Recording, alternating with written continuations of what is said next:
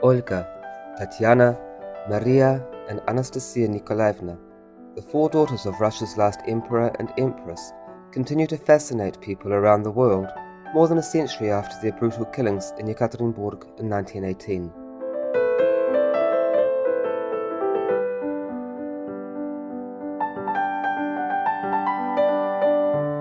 Often thought of as a single unit, using a nickname they sometimes used to refer to all four of them, OTMA, seen as beautiful young ladies in white dresses, or as dutiful wartime nurses, or even as naïve young women who had few friends and little contact with the world outside the palace, their lives have been steeped in modern-day mythology.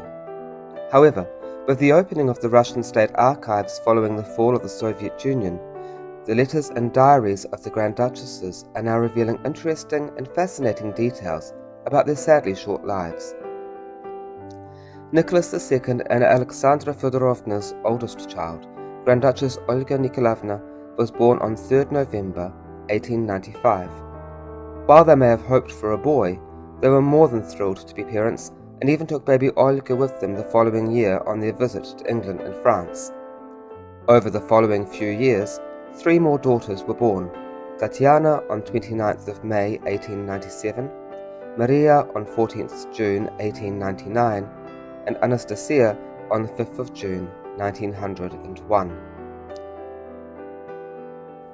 Olga has been described by a close friend and confidant of the Empress, Anna Vurubova, as being the most like her mother in her nature. She had light-coloured hair and was known for being straightforward and honest. Growing up, she was stubborn, independent, and forthright. She was somewhat hot-tempered and sensitive. Olga was musical, playing piano excellently by ear and having a confident, if thin, singing voice. She loved poetry and reading, and possessed a deep and serious religiosity. In her files at the Russian State Archives are many notebooks filled with where she has copied out favourite poems and religious quotes. Nicholas and Alexandra's second daughter, Tatiana, had a gentle nature. She was somewhat shy and reserved, but conversely was also the Grand Duchess who enjoyed outside company the most. Tatiana was tall, slim, and elegant. She had dark hair and grey eyes. She was very close to her parents and tried hard to always be obedient to their wishes. Tatiana was very skilled at needlework and had good taste and a sense for fashion. She strived to be helpful to others and was a born nurse. Her siblings called her the governess, as she looked out for them, ensuring that they were doing all that their parents and teachers had instructed. Her cousin Irina affectionately called her Tanichka. To her younger sister, she was Tanka. Maria had a very easygoing, kind and friendly nature. She was very beautiful, with thick golden brown hair and large, luminous blue eyes, known in the family as Marie's saucers. She had inherited her grandfather Alexander III's strong build, and as a teenager was able to lift up her English tutor, Mr. Gibbs. She loved little children dearly. Maria was stoic and possessed a great deal of inner strength and energy, which stood her in good stead during captivity. She was a great support to her mother during the days of uncertainty of February 1917, while her other sisters were sickening with measles, and was chosen by her parents to accompany them when the family was split up in April 1918. Within the family she was often called Marie, and was affectionately named Masha, Mashka, and even Mandrifoli by her brother. The youngest Grand Duchess Anastasia had, as Anna Vurubova had described it, an extremely lively and original personality. She was always finding some form of mischief as a child, and was keenly observant of people's foibles and comical features. Anastasia was a born mimic. As a child, she was sometimes described as an enfant terrible. She was always on the go. One of the guards at Ekaterinburg described her as being like quicksilver. While she never lost her sense of humour and joie de vivre, the seriousness of the situation she and her family found themselves in had its impact, and Anastasia's later letters show a much more sober and serious side to her nature.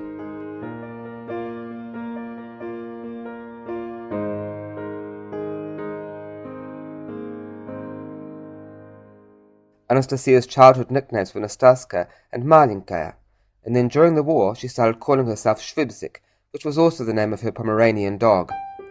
The meaning of the name is uncertain. It could be from an old, somewhat obscure Russian word shibzik, meaning a short person, or perhaps from a Germanic term for a tipsy, merry person.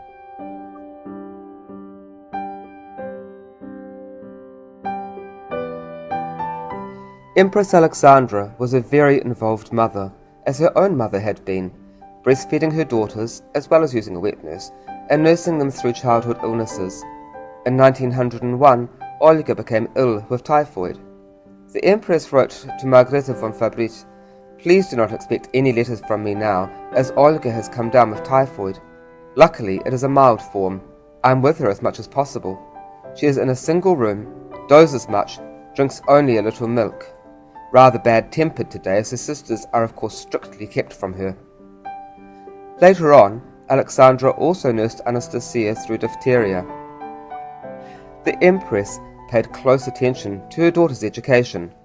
The Grand Duchesses had a very full curriculum of study, mostly with private tutors, such as the Russian language tutor Pyotr Petrov and the French tutor Pierre Gilliard, but they also attended physics classes in a classroom at the Realnoy school.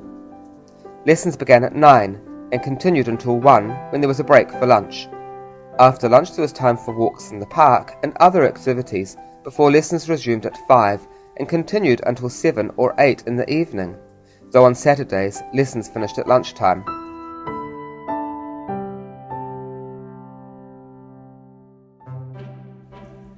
In 1909, the imperial family paid a visit to the Isle of Wight. Maria recounted in her English exercise book how they met Auntie May and Cousin Mary, who was the Princess of Wales, later Queen Mary, and her daughter, and had played on the seashore looking for seashells. Olga and Tatiana went into town to go shopping and bought their younger sister's bracelets.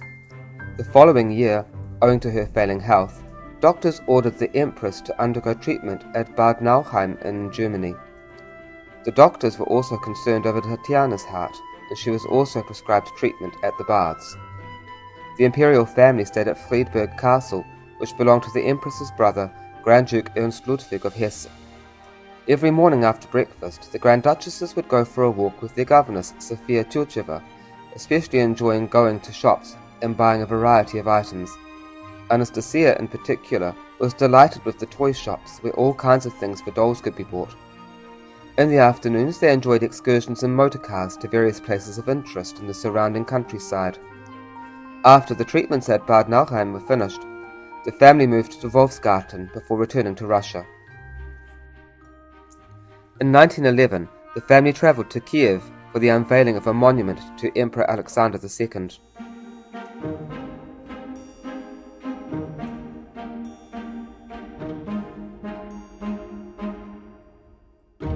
While there, the Emperor attended the opera with Olga and Tatiana. During the last intermission of the show, while the Emperor had left the royal box to have some tea, Prime Minister Stolypin was shot. Sophia Turcheva, who was also present, reported the confusion in the immediate aftermath, recalling that Olga thought perhaps one of the boxes had collapsed, and Tatiana asking why the Prime Minister was covered in blood. Olga recorded in her diary that evening how Stolypin was taken to a clinic and the crowd at the theatre stood and sang the national anthem.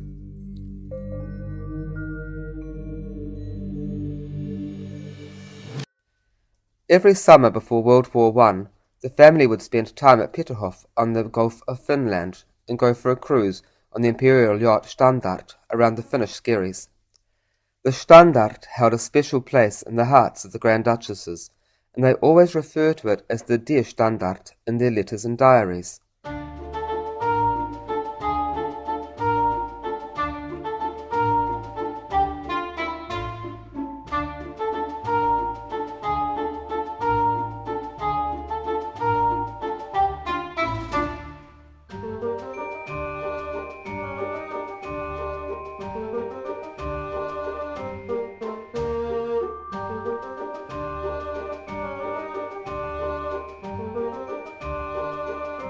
On their cruises, they would stop off at various islands and skerries, where there would be picnics, games, swimming in the sea, and walks.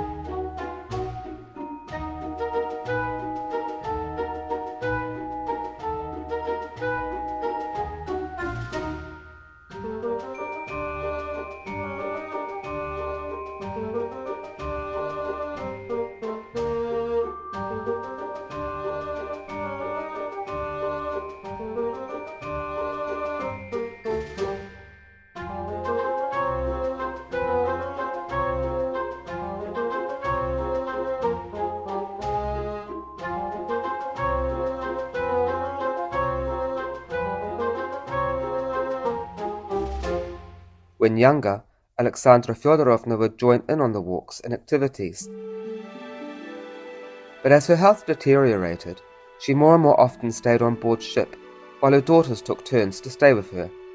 Olga writing to her grandmother about how sad it was that her mother was unable to join in with them.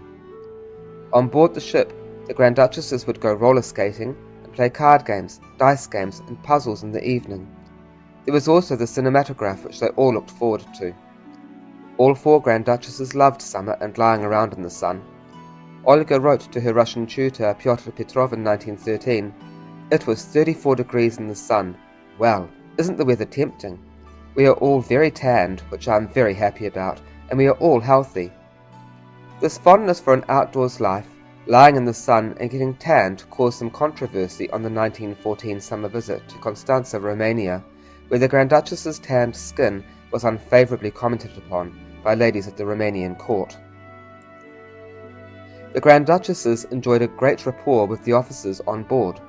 In 1911, Tatiana wrote to her grandmother about Olga's name day on board ship. "In the morning, the officers gave me a packet and asked me to give it to Olga, so I did. And what do you think was in it? A frame made out of card and a portrait of David they got out of the newspaper." Olga laughed a lot and for a long time about it. The picture was of the heir to the British throne, who was at the time speculated to be a future match for one of the older Grand Duchesses by the press. After the summer cruise, the family would return to Livadia in the Crimea, where they also spent time in spring around Easter, when the Grand Duchesses would assist their parents in handing out eggs and Easter bread or kulich to people. Grand Duchess Olga said that in Petersburg they worked, but in Livadia they lived, and this was certainly the case. There were excursions, visits to friends and relatives, shopping expeditions in Yalta, whereas Olga wrote, "It's fun to drive along the embankment and meet acquaintances," and dances. In the mornings, the Grand Duchesses would go swimming in the sea with the Tsar, and in the afternoons there were tennis matches. In September 1913, Grand Duchess Tatiana wrote to her grandmother, "We go swimming in the sea every morning, which is dreadfully fun, especially when there are waves. I know how to swim now, so it's awfully enjoyable. After lunch, we usually play tennis, and there is a little house and garden there where we have tea."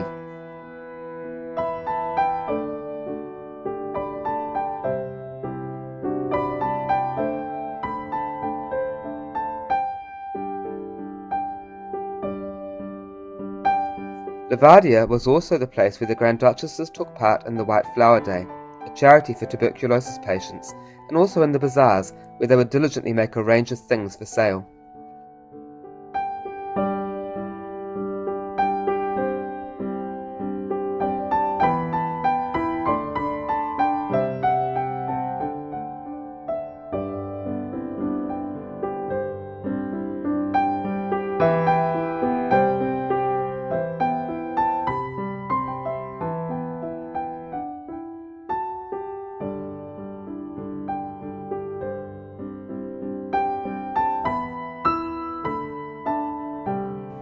All 4 Grand Duchesses were honorary regimental chiefs and took a great interest in their regiments.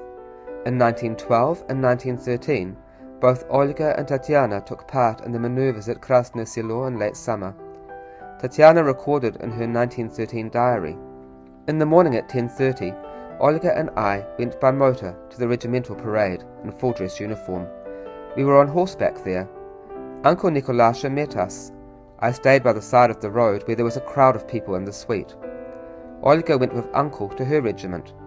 Afterwards, when they came back, we went to the front of my regiment. I greeted each escadron separately, then went back and stood on the right flank of my regiment in front of the commander. Olga stood with her regiment. After that, Papa arrived here and began to inspect my regiment.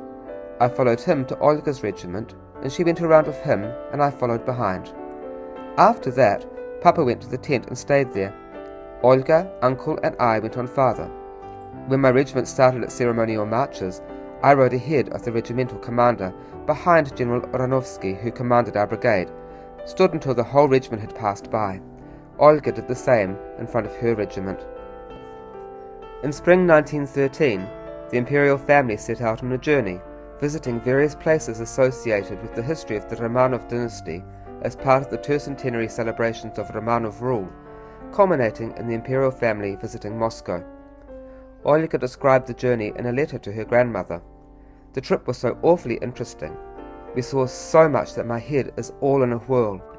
All those wonderful old churches. At Nizhny Novgorod and Kostroma there were tea parties with the nobility. Terribly stuffy, of course, but not too dreadful. At Yaroslavl there was a big party and concert. Sabinov, the Zbruyev Quartet, Chuprinikov and Plevitskaya sang. There was a big ball in Moscow, which was very beautifully put together and had 2,000 attendees. Papa, Tatiana and I left before the supper. Aunt Olga with us, but the rest stayed on until the end. Mama was there too." By 1913, prospective husbands for the older Grand Duchesses were being talked about. As mentioned earlier, the Prince of Wales was one whose name came up, but also Prince Alexander of Serbia and Prince Carol of Romania's names were also brought up as potential prospective partners in newspapers. In March 1914, Empress Alexandra's cousin, Queen Marie of Romania, accompanied by her husband Nando and son Prince Carol, visited the Romanovs at Tsarskoye Selo, and probably talks began about potentially matching Grand Duchess Olga with Carol, to whom Tatiana appears to have taken a shine, affectionately referring to him as Karlusha in her diary. The Romanovs paid a one-day reciprocal visit on June the 1st the same year, setting sail from Yalta the night before. It was to be in vain, Olga already having made up her mind that she would not marry Prince Carol, telling her French tutor Pierre Gilliard that she was Russian and intended to stay Russian, and that her father would not force her into a marriage that she herself did not want. The idea of a Romanian Romanov marriage was not completely lost, however, as on a visit to Tsarskoye Selo in January 1917, Prince Carol also asked the Tsar about the possibility of his marrying Grand Duchess Maria, to which the Tsar responded that Maria was still a schoolgirl, and such a marriage was out of the question.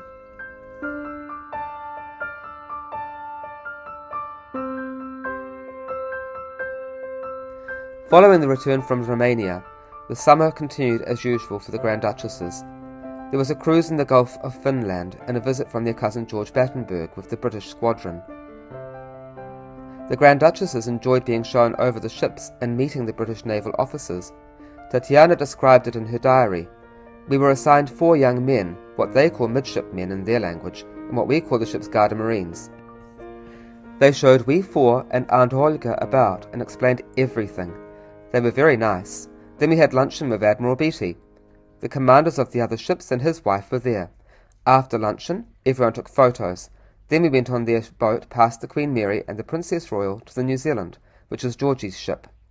From there, back on the Alexandria and to Peterhof." Following this was an official visit by President Poincaré of France in early July. Then, rather than a continuation of cruising on the Standard, war.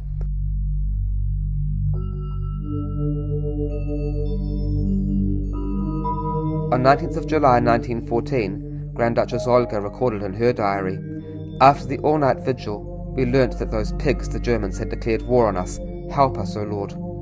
And Tatiana recorded that the dragoons and Finnish regiments had already set off for the war. In early August, the imperial family headed to Moscow, where there were church services at the Kremlin and inspections of military trains and hospitals. After Moscow, the family visited the Trinity Lavra before heading back to Tsarskoye Selo, where the Empress along with Olga and Tatiana began training as Red Cross nurses. They were helping in the hospitals as early as August, when Tatiana wrote to her friend Olga Voronova, "Mama, Olga and I go every day to the Palace Hospital, where we bandage the wounded. We both have 3 people each whom we must bandage."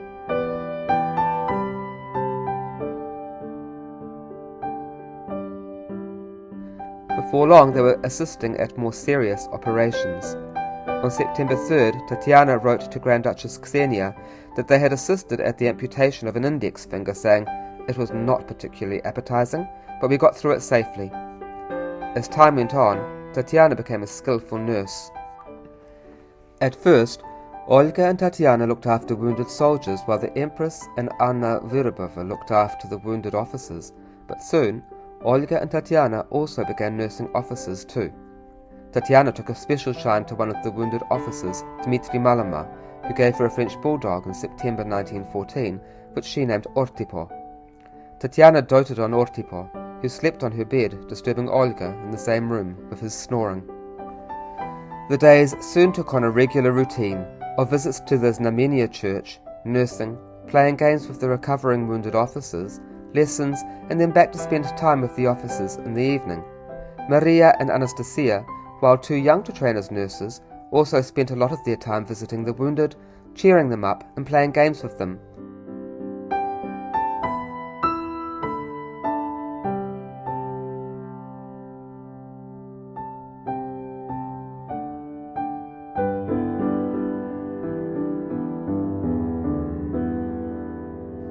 Olga and Tatiana also established committees, Olga accepting donations to help the families of the called-up reserves, and Tatiana for helping refugees. At the infirmary, aside from nursing duties, the Grand Duchesses spent endless hours with the wounded, bringing them puzzles, teaching them to knit, and keeping them entertained so it was not so boring to be lying in bed, as Tatiana wrote to Olga Voronova. On New Year's 1915, the imperial family's great friend Anna Verubova was severely injured in a train wreck to the point where her life was feared of, and Olga and Tatiana would visit her in the hospital every day after doing their dressings. Empress Alexandra had worn herself out towards the end of 1914, and Olga was taking on a bigger role in the family, taking on messages and requests and relaying them back to her father. Her responsibilities continued to grow through these war years, but they also took their toll on her, as by the end of the year of 1915, she too was suffering from illness and exhaustion and was prescribed arsenic injections to help restore her health. Olga was not happy to have to take time out, writing to Grand Duchess Ksenia in early November 1915 that I too, to my embarrassment, have gone off somehow for 5 days now and have been lying down and not able to go to the infirmary, which is awfully upsetting as I'm so used to seeing everyone.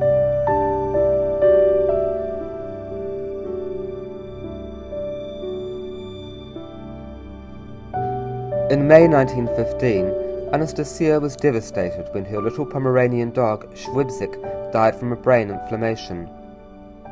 While she herself may have been called Schwibzik before this, it was from this time onwards that Anastasia began using the name as a nickname for herself in her letters to her father, who was often absent at the front and visiting army units. Later that year, he would take over supreme command of the Russian army. In October 1915, the family visited the Emperor and Alexei at his military headquarters for 4 days, after having visited hospitals in Tver, Ryazan, Veliky Luki, and Orsha. They eagerly received letters from the nurses at the infirmaries at Tsarskoye, keeping up to date with their patients at home, while enjoying seeing their father and brother and hearing about the goings-on at the front from officers.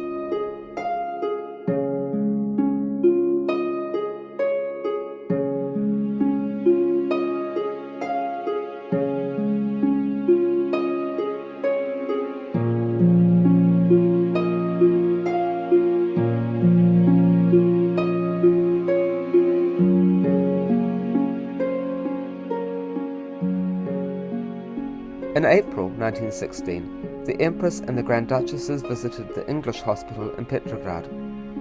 One of the nurses there, Canadian Dorothy Cotton, described the visit.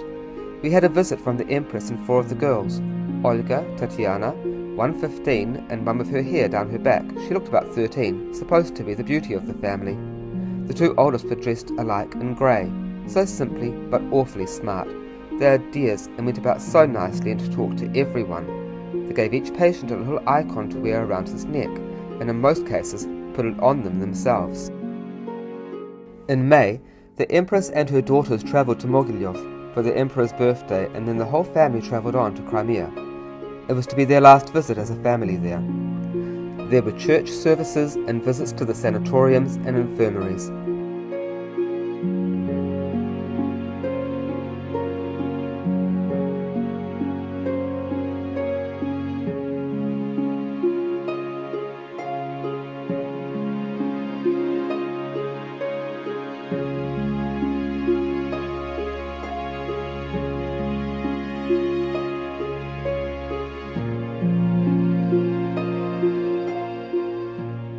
At Sevastopol, the family inspected the dreadnoughts Empress Catherine and the Empress Maria. Tatiana wrote about going on the Empress Catherine. We walked around the deck and then went to the lower one, into the casemates, descended into the turbines, climbed the tower where they showed us how to load a gun. It was terribly interesting.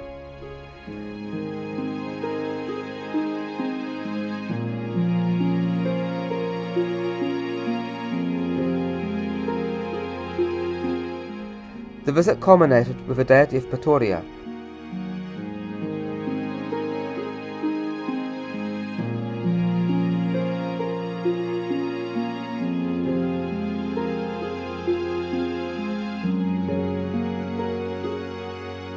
Maria recorded in her diary, "We went to Anya's dacha.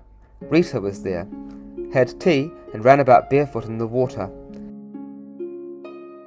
Had a walk at Sarabu's station, and Anya went back to her dacha." The family parted ways at Kursk, with the Tsar and Alexei returning to Mogilev, and the Empress and the Grand Duchesses back to Petrograd.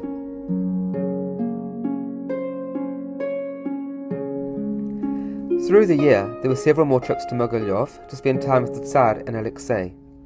The Grand Duchesses thoroughly enjoyed the break from routine, despite missing the wounded whom they cared for. Near the Tsar's headquarters was a refugee camp for families who'd had to escape from the fighting at the front, and in summer 1916 they became playmates of the Grand Duchesses and would wait for them in the mornings to come out of the train carriages. Grand Duchess Maria's 1916 diary makes frequent reference to playing with these children in August and September, with such comments such as, "We tossed the children into the pit with Lavrov and Yergashov." There's even a photograph in the imperial family's photo albums showing the children standing in a big pit posing for a photograph. Tatiana took the time to label the names of the children in her photo albums.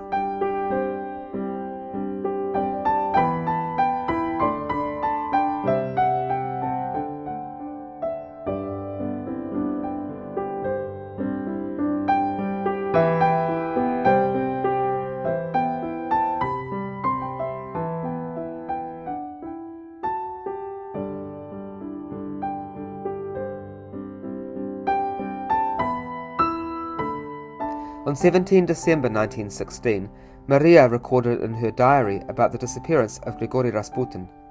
"Bad news. Grigory disappeared since last night. No one knows where he is."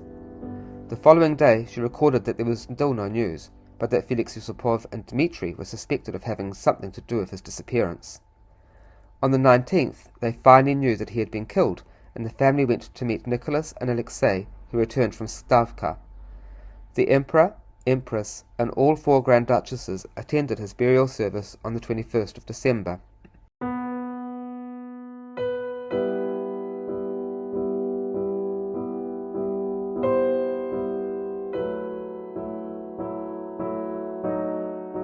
The Empress placed an icon she'd received in Novgorod in the coffin, which the whole imperial family signed.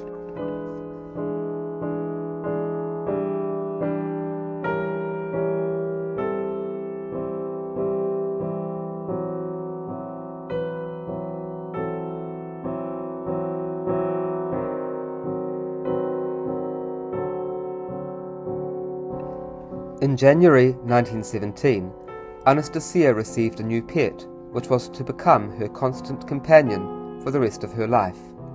She wrote to her Russian tutor Pyotr Petrov about it. "Have you heard the news that I have a dog? It's called Baby, a stupid nickname given to it by its previous owners. It's a Japanese breed. He is small and black. He'll be 2 years old on the 18th. Anastasia promptly renamed the dog Jimmy, and her letters from then on were full of references to "my Jim." In February 1917, measles struck the imperial household. A friend who had been playing with Alexei passed it on, and before long, Alexei, Olga, Tatiana, and Anya Virubova were all sick.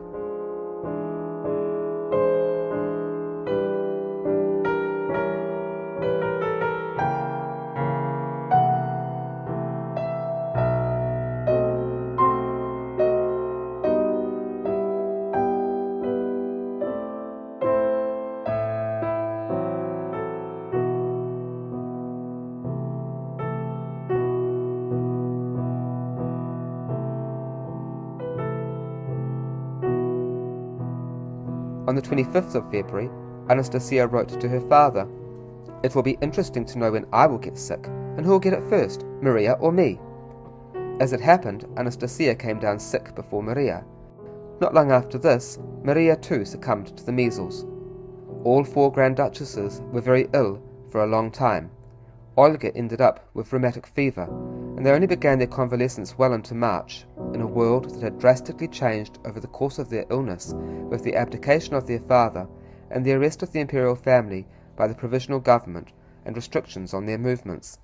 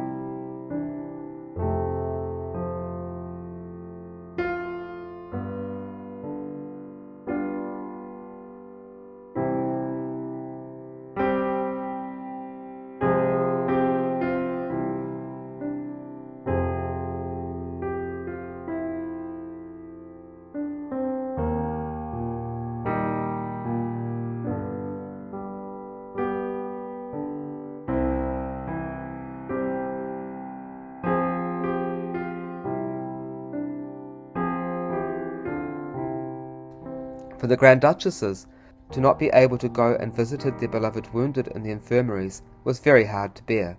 Tatiana writing, "It is sad, having now recovered, that we cannot go back to work in the infirmary. So it's strange to be at home in the morning and not doing dressings." As spring arrived, the 4 Grand Duchesses joined in with garden work, planting a vegetable garden.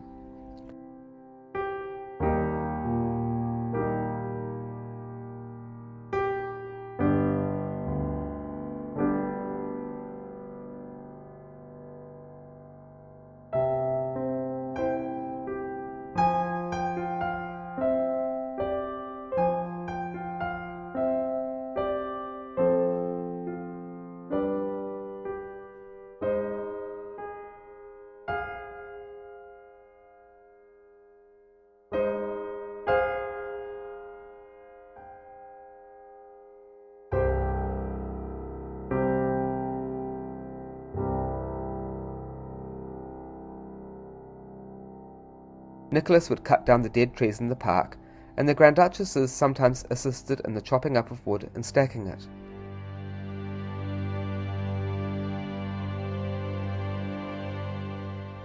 As the season turned to summer, the family spent the afternoons outside. Maria wrote to a friend that Alexei runs a lot and douses everyone with water from the pump while we're swinging in the hammock. We usually get drenched, but dry out quickly in the sun. Lessons continued for the younger Grand Duchesses, with members of the suite and Olga acting as teachers, Olga writing to Pyotr Petrov. Studies go on as usual. Maria and I work together on English. She reads aloud to me, and if it's not too hot, a dictation reading. Twice a week I do Russian history with her. Twice a week I read medieval Russian history with Anastasia, but my memory for all these events is no good, but she's no better. Despite becoming a teacher for her younger siblings, Olga continued to study history, art history, and Russian literature. As the political situation in Russia continued to deteriorate, a decision was taken by the provisional government to move the imperial family to Tobolsk in Siberia. After a sleepless night full of delays, the family boarded a train at daybreak on the 1st of August and headed to Siberia. The journey to Tobolsk was completed by riverboat. The family had to stay on board the boat for a number of days after arrival, as the house was not ready for them. Finally, on the 15th of August, they settled into their new accommodation. A month later, Tatiana described their new conditions in a letter to her aunt Ksenia. "We sit in the garden a lot, or in the yard in front of the house, where a piece of the street is fenced off for us. It's awfully pleasant that we have a balcony which is warmed by the sun from morning to evening. It's fun to sit there and watch the street as everyone goes passing by. We walk back and forth so as not to forget how to walk. We've been to church twice. You can imagine what a joy it was for us after 6 months.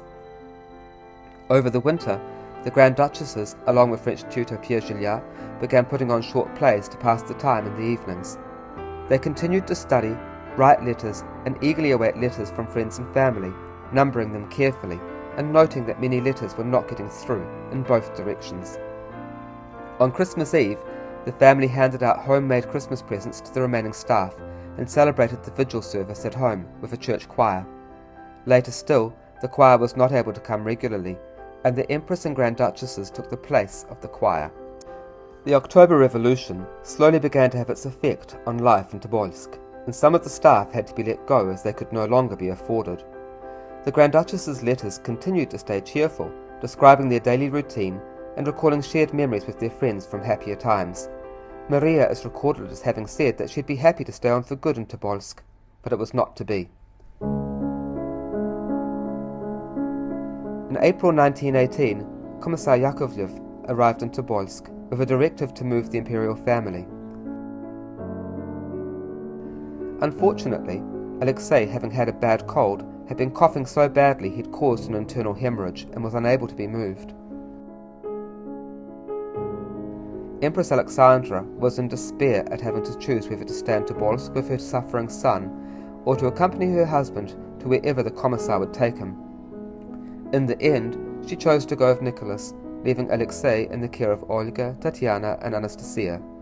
Maria accompanied her parents. In Valentin Speransky's book The House of Special Purpose, one of the people he interviewed had this to say about why Maria accompanied her parents. First of all, I would like to convey to you the remarkable judgment of one of my friends on the Grand Duchess Maria Nikolaevna. It is not for nothing that her parents chose their third daughter, at the most tragic moment, to accompany them to Golgotha. Maria, despite her 19 years, possessed a full and stoic character, and knew by her inexhaustible energy how to encourage all those who were depressed. The family expected that the Emperor, Empress and Maria would be taken to Moscow. However, en route, the Ural Soviet demanded the train carrying the prisoners be sent on to Ekaterinburg, where they were housed in a house belonging to the merchant Ipatiev, which had now been renamed the House of Special Purpose. As soon as Alexei was well enough to be moved, he and his sisters boarded the Rus, the steamer that had brought them to Tobolsk, and headed off to join their parents and sister in Ekaterinburg, where the family were joyfully reunited. Here the family spent 2.5 months with little to no news from the outside, in a house with whitewashed, closed windows. For days the family had heard the sound of the White Army approaching Ekaterinburg, and had been receiving letters written in French promising to help them. These were a ruse by the Bolsheviks. And the Romanovs, realizing that something was not quite right with the letters, had cut off communication with the writer. So maybe it did not come as a big surprise when they were awoken in the early hours and told that they were needed to be moved for their own safety. After having washed and dressed, the family came down through the house, out into the courtyard, and then descended the 23 steps down into the cellar and martyrdom.